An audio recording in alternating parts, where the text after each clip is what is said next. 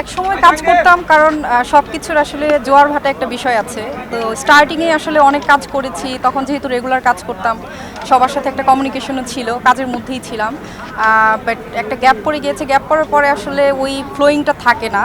And আমি একটু আসলে কাজ থেকে বিরতি নিয়েছি, আমার একটু ফ্যামিলি ক্রাইসিসও চলছে। তো সব কিছু মিলিয়ে আপাতত আমি কাজ করছি না। আজকের আয়োজন আসলে আমরা প্রতি বছরই এই দিনটার অপেক্ষায় থাকি যে কবে পিকনিক হবে, সবার সাথে দেখা হবে।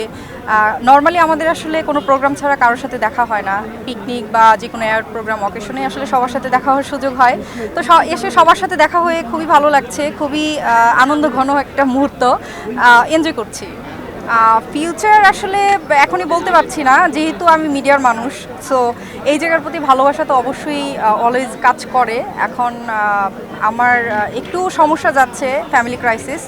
এটা থেকে কাটিয়ে উঠতে পারলে হয়তো বা যদি মনোপ্রত এরকম কোনো গল্প পাই, তখন হয়তো চিন্তা করে দেখব, হয়তো কাজ করতে পারি।